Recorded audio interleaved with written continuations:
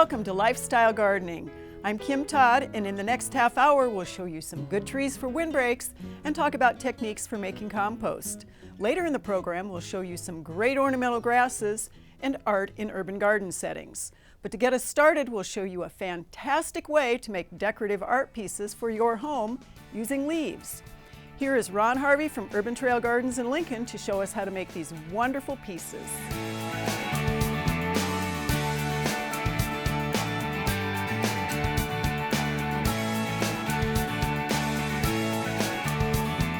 The concrete leaf castings that you make, they can be used in many ways. You can use them in the house just for decorative purposes. You can also use them on your patio, put them on the patio table, place them in the garden and amongst your landscape plant material where they can catch some water after it rains and create little puddles for bees and butterflies to get drinks out of. They can be used just as garden art. The materials needed for doing the leaf castings, you need a concrete sand mix, and you want to make sure you get the sand mix as opposed to just any regular mix that you might use to do a fence post or something, because that'll have larger pieces of rock and gravel in it, and you want to have as fine of a surface as possible on these leaves when you're doing them. The other thing you'll need is a concrete additive, which kind of acts as a bonding agent and hardens the concrete. We also will be using today some powdered concrete dye. You can also get it in liquid form. You'll need to have some just sand mix or just regular sand for making your mound of sand that your leaf will be laid on top of. You'll also need to have access to the proper leaf material for making the castings. Some of my favorite leaves to use are, if you have rhubarb in the summertime, makes a wonderful leaf casting, hosta leaves, elephant ear leaves like we're using today, and then I have several begonias that I like the leaves on because they have lots of little divots and bumps in the leaf and really good veins. To make the leaf castings, you'll start first by, if you're using a powdered dye, you'd want to dry mix that in with your concrete mix to start with, and then slowly add your water and your concrete additive to get just the right thickness to your mixture so that it will form a nice leaf. So next you'll want to make your mound of sand. By doing this, you can make waves in your leaf if you're doing a larger leaf like this by creating little hills and stuff in the sand, and it looks like the leaf actually has some movement to it. Once you've got your mound of sand, you place the leaf that you've selected on top of it, backside up as you are putting your mixture on top of the veins. You'll want to make certain that you try and not go over the leaf. It just gives you a much smoother edge to your final leaf that you've got. The thickness that you want your concrete mix to be kind of depends on the size of leaf you're making. If you're doing a smaller leaf, usually a 1/2 inch to 3/4 of an inch is plenty. If you're doing larger leaves like this, around the edges can be maybe 1/2 inch to 3/4, but the main core of your leaf, you're going to want to have 1.5 inches to 2 inches in thickness to really hold up well. The smaller leaves, you'll want them to be left alone and set up for probably about 2 days. After 2 days, you can take the leaf and turn it over, and you can peel the leaf from the concrete leaf itself. It comes off actually quite easily. The larger leaves, you'll want to probably leave them alone for at least a week so that you don't break them. After that, you can flip them over and then peel the leaf off. Just about any leaf with some sort of distinctive character to it, like deep veins or a bumpy surface, can be good candidates for these castings. Adding a coloring to your mix or even painting them will help make each piece unique and a really interesting addition to your indoor or outdoor living space. Scotch pine windbreaks in our area have been devastated by the outbreak of pine wilt disease. If you're thinking about replacing these trees, a good strategy is planting a diverse selection of disease-resistant evergreens. Diversity is the key to maintaining a strong stand of trees that will last for years against those Nebraska winds. Todd Fowler from Fowler Landscapes in York helps us make good selections for windbreaks.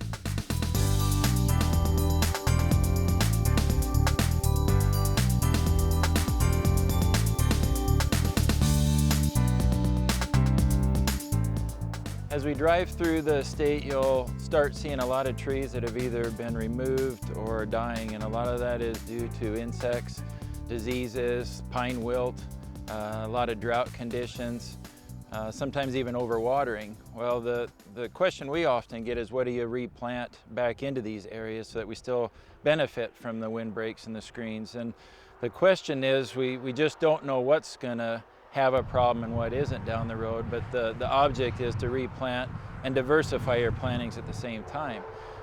Some of the selected evergreens that we're using at present are ones we don't have problems with, that can take the extreme weather conditions and can also take the drought. One evergreen that we're using at present is the concolor fir.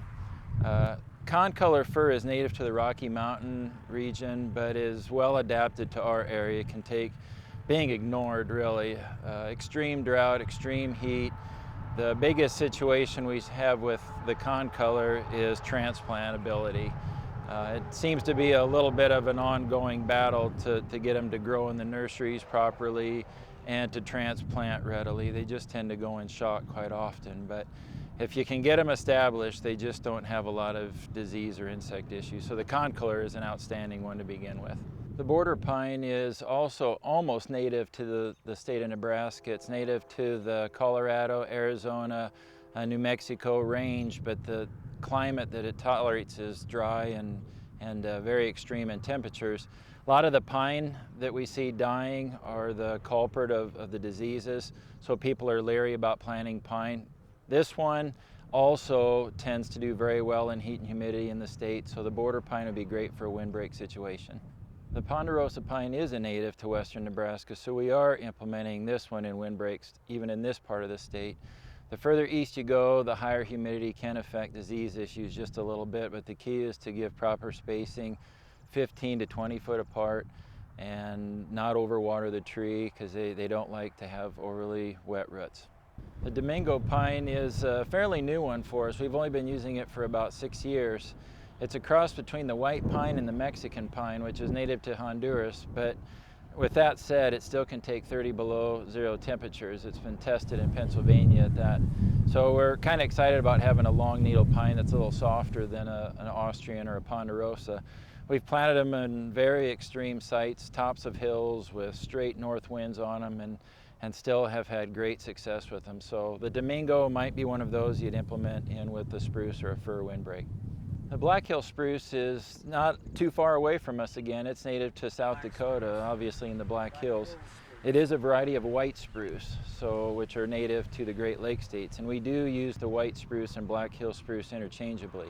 So for another option to give you with the pine or the fir and the spruce, the Black Hills or the white spruce would be another one of those. So again, with windbreaks, the thing to remember is they are things that need to be renovated every so often. And we're just seeing a lot of the windbreaks that are old age or succumbing to disease or insects. So don't be afraid to get out there and plant new trees again. You want to remember diversity. We mix hardwoods and shrubs. Nothing wrong with mixing in some oaks or wild plum or clove currant. But again, we need to have the windbreaks in this part of the state. So get out there and plant those trees. Windbreaks are an important feature, especially on acreages. They provide many benefits outside of subduing those gusty winds around your home. They can contribute to decreasing erosion, provide shelter for wildlife, and they can go a long way toward keeping snow from drifting on your roads. Keep in mind that a diverse selection of disease-resistant trees will give you a lifetime of protection and beauty. We go from windbreaks to another art in the garden feature. This time we're going to focus on some art pieces in public settings to give you an idea of what's possible in your home landscape. As you'll see from our video, what is beautiful doesn't have to be something big or expensive. It's all about creating an interesting outdoor living space where a few well-placed pieces of art can really make a difference.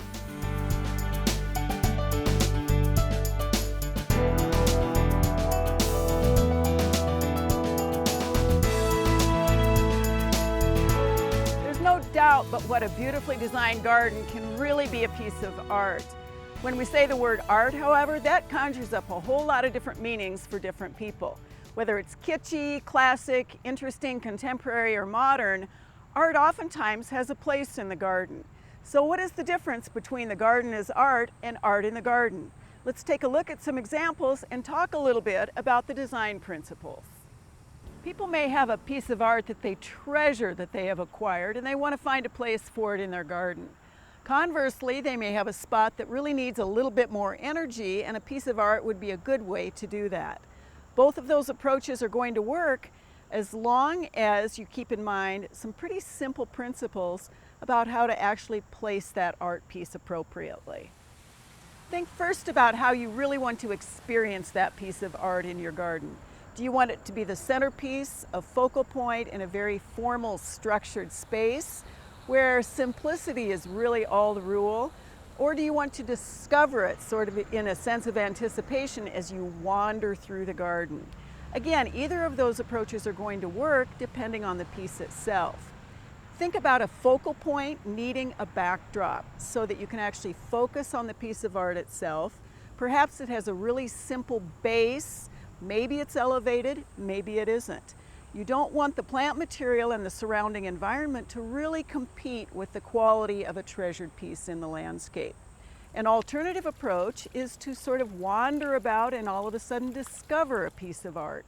It can be tiny, it can be large. In any case, it has to be in scale with the space. Sometimes the best background for a piece of artwork is as simple as a hedge. It might have color associated with it, it may not, and that also is going to depend on the piece itself. Remember also that with the change in light, the change in seasons, you're going to be able to see that piece differently without actually having to do something different like pull it off of its pedestal or move it into a different location. A piece of art can also be a focal point in a space with a background that is a little bit more distant, and it shows up differently as a part of a collection. Again, in a public space, you have to keep in mind that the space itself is larger. The pieces can be larger than they can be in a residential setting unless you're really trying to create a sense of awe and inspiration and you want the person to seem a little bit smaller. You'll notice that one of the other things that is obvious is the shininess of the surface, the simplicity of the piece, and the color stand out differently in a more bold way than a piece that is a little bit more subtle and has perhaps a bronzed finish to it. These are all things that go into the consideration of both how to choose a piece and where to place a piece for the maximum enjoyment. It's also great in a space like this, and even in a smaller space, to be able to actually see the piece and experience it from various vantage points. And that's a whole lot of fun, to be able to wander around a piece, see how it changes in the space in which it's been placed. Sheldon Museum of Art is one place where you can go to see not only a great collection of interior art, but also to get some ideas about how collections can and should be displayed. Whether it's a piece that is displayed against a magnificent building all by itself, or a piece tucked into the shrubs, you'll get an idea of what it takes to display art appropriately so that in your own landscape, you can have a wonderful, magnificent experience with the pieces you've collected.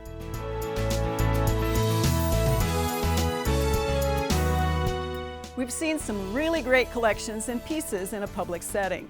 Of course, they're there for our enjoyment, but they can also instruct us on how we can enjoy something similar in our own backyards. Hopefully, you can be inspired by the art you see in public settings and perhaps try something different and interesting in the nooks and crannies of your own home landscape. Artistic pieces don't have to be made from concrete or wrought iron. They can be decorative and ornamental plants in the right place in your garden. A great one to try is the ornamental grasses, which is the topic of this week's lesson.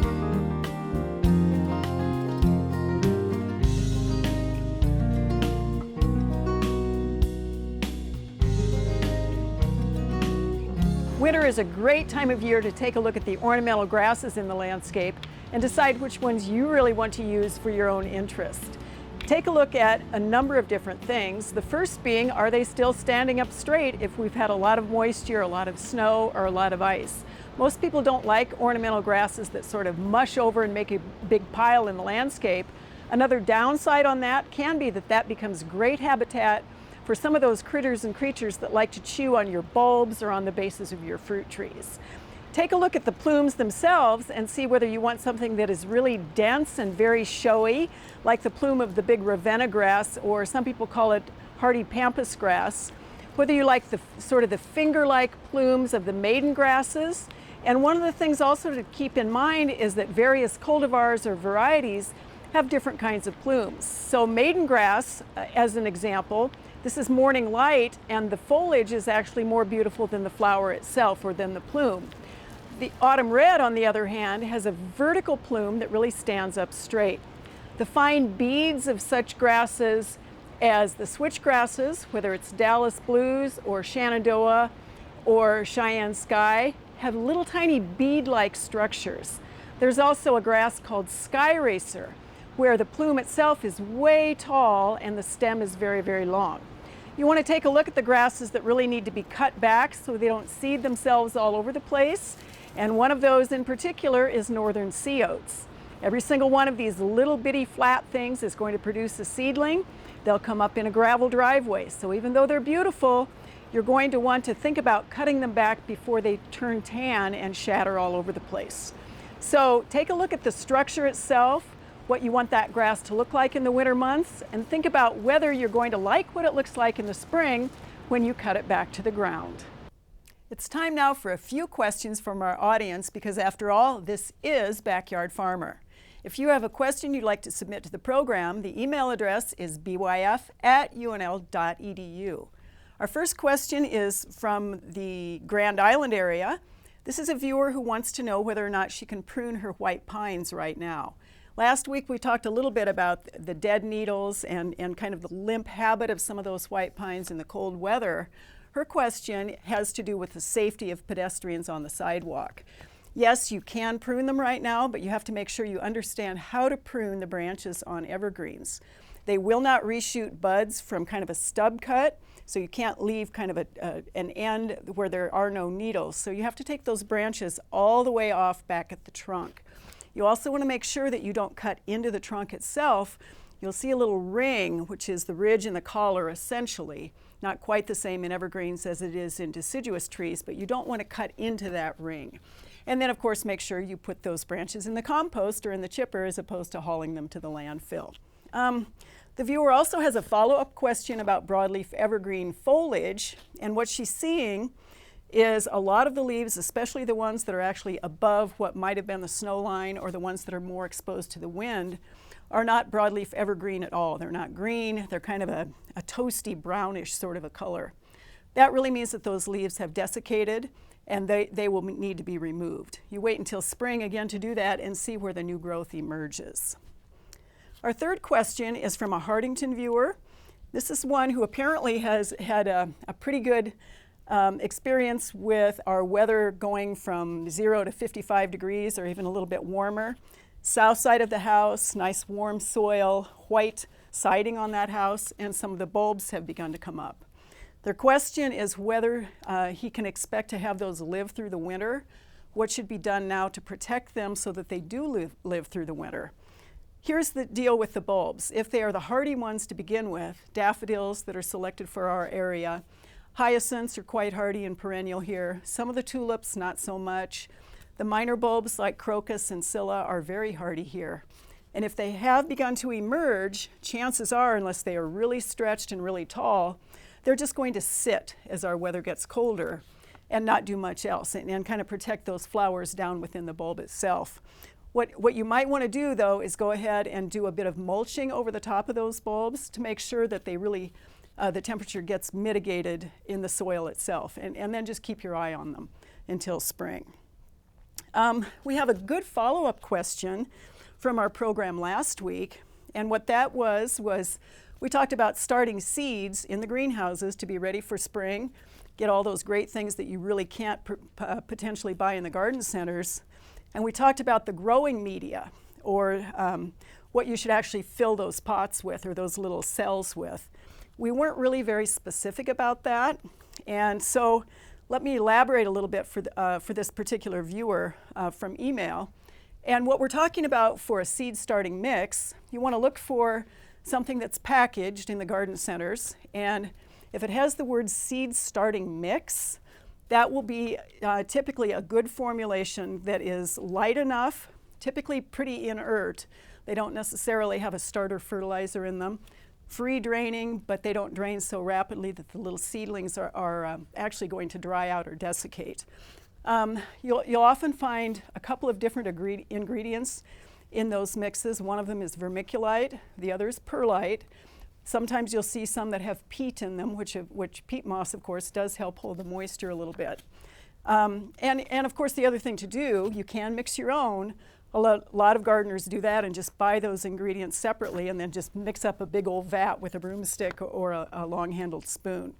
But you do want to make sure that that media that you use is not heavy. So some of the ones that are very rich in compost and kind of almost more like topsoil, chances are you're going to end up with issues with those seedlings potentially even damping off. Our fifth question is actually about new trees. And this viewer apparently has seen a lot of the new catalogs or new information, wonders how they know that those new for 2014 trees are going to work in their area. And this is actually from the north central part of the state, up kind of by the Calamus area. And so what I would really recommend always on that is let somebody else try it first. Talk to your extension office, talk to a good nursery in the area who's been there for a long time, who probably has been off to all the big national shows and has all the information about those plants. And you know, just make sure that you have the right information, knowing full well that a lot of the new plants on the market are marketed really well, so people will buy them, and you don't want to be the person that is the experiment on that. Good gardeners know that adding organic matter to their soil goes a long way toward the successful growing of anything from flowers to vegetables.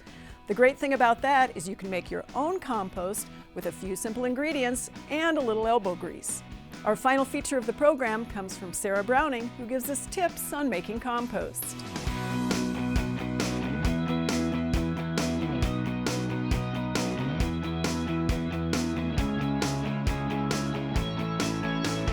Composting is a great way to make use of all the landscape waste that comes from grass clippings and tree leaves.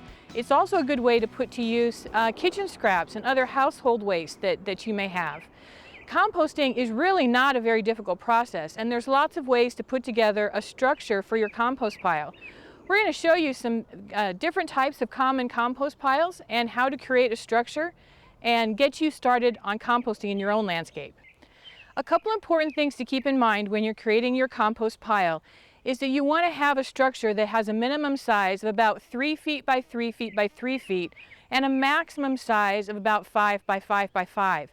Now the reason for this, if you make a pile that's smaller than 3 cubed, you're going to find that that material will not get hot enough for your compost to proceed as quickly as you might like. But if you go over 5.5 feet by 5 by 5, you have trouble getting oxygen into the center of the pile, and that could lead to anaerobic decomposition, which results in methane gas and bad smells, which nobody wants in their landscape. Now you can either create a structure for your compost, and there's lots of different structures. You can make it a simple one out of concrete block. You can build many different types of wooden structures, and there's great plans that are available on the web to help you build your compost structure. Or you can build a freestanding compost pile. Neither one really does better than the other as long as you follow those size restrictions. You also need to keep in mind for your compost pile that you need a good combination of green materials, which are high in nitrogen, and brown materials, which are high in carbon. Now in the summertime, quite often we have a lot of grass clippings that are available for use in the compost pile, which would be a high nitrogen or a green material. Something like tree leaves that come off the trees in the fall will qualify very well as a high carbon material. Now in the middle of the summer, we sometimes have trouble coming up with the carbon material. So today, for our high carbon material, we're going to be using shredded paper, and that works just as well as tree leaves. Don't need to worry about inks that are used in printing. Most of those are soy-based inks now, so we're not going to have any lead or any other heavy metals in our compost pile. The final thing to keep in mind when you're putting your compost pile together is to get a good ratio between the green materials and the brown. We want to hit ideally about a ratio of 1 part nitrogen materials to 30 parts carbon, so about a 1:30 ratio. One easy way to reach that ideal ratio using grass clippings and our shredded paper is to start with a layer of shredded paper that's about 4 to 6 inches deep. Then on top of that, we're going to put a layer of grass clippings that are about 3 inches deep. On top of that, we're going to add an inch of compost, finished compost, or you could also use topsoil. And the compost or the topsoil is going to add all the bacteria and fungi that you need to create that good decomposition environment within your compost pile. Then we're going to wet the compost, we're going to mix it all together, and then if we have more materials, we can just start with another layer of 4 to 6 inches of shredded paper and another layer of grass clippings, and repeat that until we reach our ideal size of 3 by 3 by 3 or 5 by 5 by 5. Add water as needed if the compost is getting dry whenever you turn the pile. You'll know that your compost is finished when it starts to look just like black dirt or nice black topsoil. And then it's ready to use in your landscape and your vegetable garden. If you have the right ingredients, you turn often, and you're patient, you'll have your own black gold to use around your home and garden whenever you need it. Adding well-turned compost to your garden is always a good idea. Be sure to tune in next Saturday when we'll be looking at protecting your plants from rabbit damage. We'll be focusing on plants with interesting winter fruit and bark, and we'll have a feature on using prairie plants around your landscape. Don't forget to check us out at the Backyard Farmer YouTube site for more great video features. Good afternoon, good gardening, thanks for watching, and we'll see you all next week.